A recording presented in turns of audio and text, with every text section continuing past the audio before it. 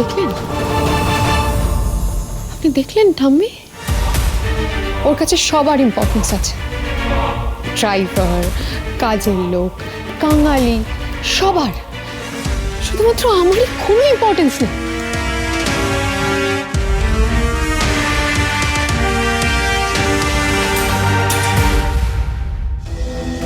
মাসিমা, আপনি ওই ওই ড্রাইভারটাকে যেমন করে হোক এক্ষুনি আনাবার ব্যবস্থা করুন, নাহলে ওই একটা তুচ্ছ ড্রাইভারের জন্য আমার মেয়ের বিয়েটা কিন্তু আটকে থাকতে পারে না।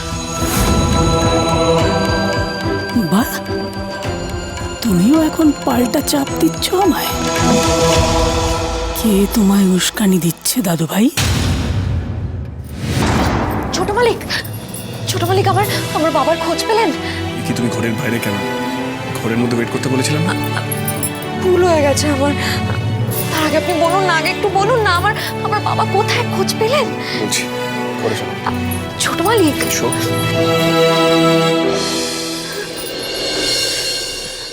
ছোট মালিক, ছোট মালিক, এবার বলুন না, বলুন না আমার বাবা কোথায়?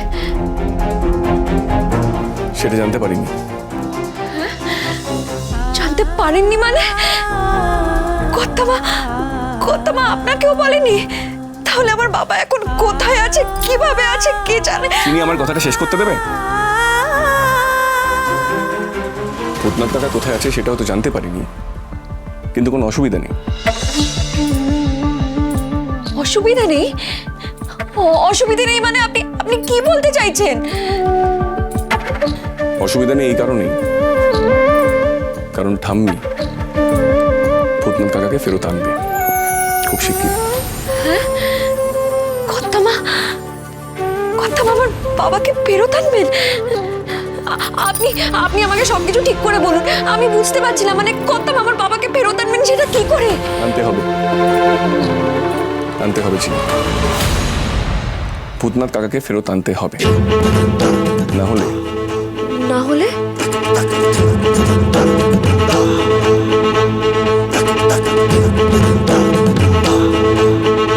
আমার বিয়েটা বাতিল হয়ে যাবে।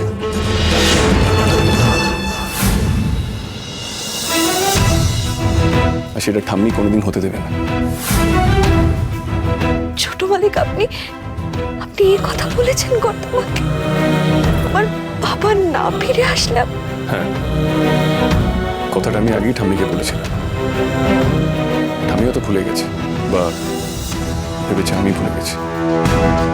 ছোট মালিক, আপনি আমার জন্য এত করলেন, আর তো কোনো উপায় নেই কর্তামার কাছে আমার বাবাকে ফেরানো ছাড়া। ছোট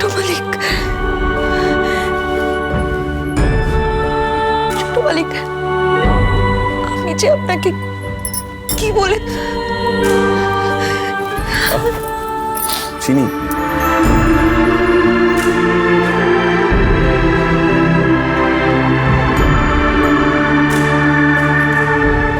বারণ করেছি না তোমাকে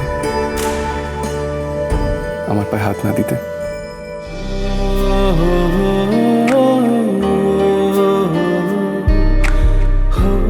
তুমি যাও কাঙালি ভোজনের জন্য তৈরি হও, আমি গায়ে হলুদ তো সেরে আসছি।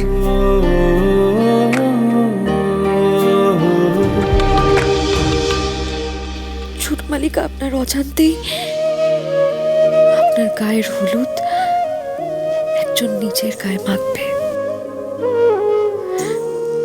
আপনি কত কিছু জানেন না ছোট মালিক। আপনি এটাও জানেন না আপনার বিয়ের কোণে আজ রাতে বদলে যাবে। চিনি,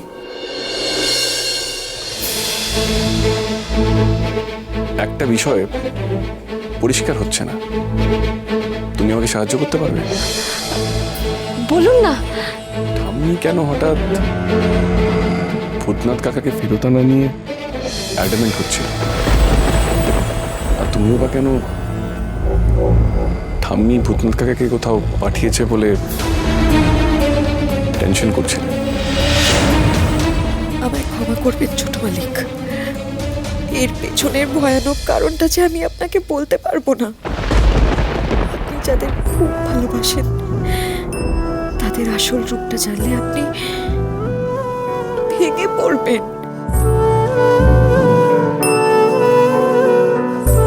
আপনার জীবনের এমন একটা শুভ দিনে আমি আমি আপনাকে এত বড় একটা আঘাত দিই কি করে? হ্যাঁ হ্যাঁ, যা বলছি সেটা কোনো প্রশ্ন না করে শোনো। ভূতনাথকে এখনই ফেরত পাঠাবার ব্যবস্থা করো। আর কোনো কথা নয়, ফোন রাখো।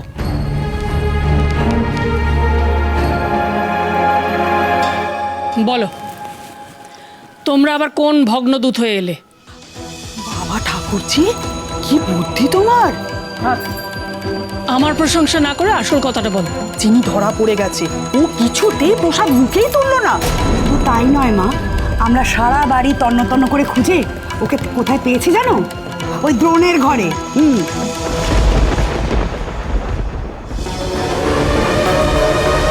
এইবার তাহলে 2 2 4 হলো। তার মানে চিনির কথাতেই দ্রোণ এসেছিল ভূতনাথের খোঁজে। আর কি কি বলেছে চিনি দাদুভাইকে? যদি এখনো না বলে থাকে তাহলে ওর কথা যাতে দ্রোণ বিশ্বাস না করে তার ব্যবস্থা করতে হবে। আর ডালে ডালে নয়, আমাকে এবার পাতায় পাতায় এগোতে হবে। আসলে ছোট মালিক, আমি আমি তো ছোটবেলার থেকে গ্রামে বড় হয়েছি। আপনি বলবেন এগুলো আমার কুসংস্কার, কিন্তু কি করব বলুন, এগুলো কি তো আমি সত্যি মেনে এসেছি। আমার মনটা খুব কু ডাকছিল, ডান চোখ কাঁপছিল। বাবা বাবা তো আমাকে না বলে কোথাও যায় না। যদি একবার বাবার সাথে ফোনে কথা বলতে পারতাম, তাও তো পারলাম না। আমার আমার না সব নিয়ে খুব খুব ভয় লাগছে। আর সেই ভয় পেলেই বলেই তুমি দ্রোণের কাছে ছুটে এলে, তাই তো? কর্তামা, ছুটে এসে একেবারে বায়না করলে যে বাবাকে এক্ষুনি ফিরিয়ে আনতে হবে, তাই তো? আমি ও কিন্তু মানে আর দ্রোণ আমাকে কোনো কথা বললে যে আমি সেটা ফেলে দিতে পারবো না, সেটা তোমার মতো ধুরন্ধর মেয়ের পক্ষে বোঝা কোনো ব্যাপারই না। কি হলো চিনি? আমাকে এখানে দেখে ভয় পেয়ে গেলে বুঝি? দ্রোণকে ধন্যবাদ দিচ্ছিলে, সেটা আমি শুনে ফেললাম বলে এত ভয়? আমি আসলে আমি ওর কাছে দাদু ভাই, আজ তোমার বিয়ে, তোমার জীবনের একটা শুভ দিন। একটা কাজের মেয়েকে বাঁচাতে তুমি আজকের দিনে আমাকে মিথ্যে বলো না। তোমার কাছে গিয়ে ওর বাবাকে ফিরিয়ে আনার জন্য বায়না করেছে, আর তুমি সেটা আমাকে সরাসরি না বলে ঘুরিয়ে বলেছ। কিন্তু বলেছ তো ওর কথাটাই। মিথ্যে কথা তো আমি তোমার কাছ থেকে আশা করি না দাদু ভাই। আমি আমার ভুল হয়ে গেছে, ঠিকই। সত্যিটা আমার তোমাকে বলা উচিত ছিল। থাক, আমি জানি কেন তুমি সত্যি বলো না। এই মেয়েটা নিশ্চয়ই তোমাকে বারণ করেছিল যে ও যে তোমাকে আমার কাছে পাঠাচ্ছে সেটা যেন আমি জানতে না পারি। ঠিক আছে, তুমি যখন আমাকে বলেছো তখন তোমার কথা তো আমি ফেলতে পারি না দাদু ভাই।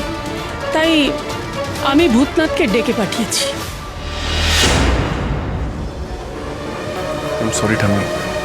আসলে ভূতনাথকে আমি পাঠিয়েছিলাম একজন বয়স্ক মানুষের একটা স্বাদ পূরণ করার জন্য। অবশ্য স্বাদটা কেবল তারই নয়, আমারও। যাকে সকলের সব স্বাদ তো এক জীবনে পূরণ হয় না, না হয় তারও হবে না। সবই ভাগ্য। ঠাম্মি, কার স্বাদ পূরণের কথা বলছো তুমি? আর তো সেই কথা বলে আর কোনো লাভ নেই দাদুভাই। ভূতনাথ তো ফিরেই আসছে, তার তো সেই স্বাদ পূরণের আর তো কোনো উপায় নেই। তবে তুমি চেনো তাকে, অবশ্য জানি না তার কথা তোমার এখনো মনে আছে কি। কার কথা বলছো ঠাম্মি? তোমার মনে অপরাধ বোধ জাগাতে হবে দাদু ভাই, নইলে চিনির ইশারায় তোমার এই ওঠা বসা কিছুতেই থামানো যাবে না। দধি মঙ্গল হলো, গায়ে হলুদ না হলে বিয়েটা হবে কি করে? ঠাকুরের যদি ইচ্ছে হয় উনি নিজেই পথ বের করে দেবেন আমাদেরকে। এবার জলের ঘোড়াটা দাও, ছেলের মাথায় জল ঢালতে হবে। মা যদি আমার গায়ে হলুদ না ছোঁয়ায় তাহলে কিন্তু আমি মাথায় জল ঢালবো না। অন্তরা এখানে আসবে কি করে? তোর ঠাম্মির আদেশ, সে এখানকার ছায়াও মারাবে না। মা যদি এখানে আসতে না পারে আমি মার কাছে যাই। দাদা ভাই, মা কিন্তু কাঙালি ভোজনের ওখানে আছে। দ্রোণা চিনি যদি মুখোমুখি হয়ে যায়, তুমি তো সারা গায়ে হলুদ মাখা। মন যে বলে চিনি চিনি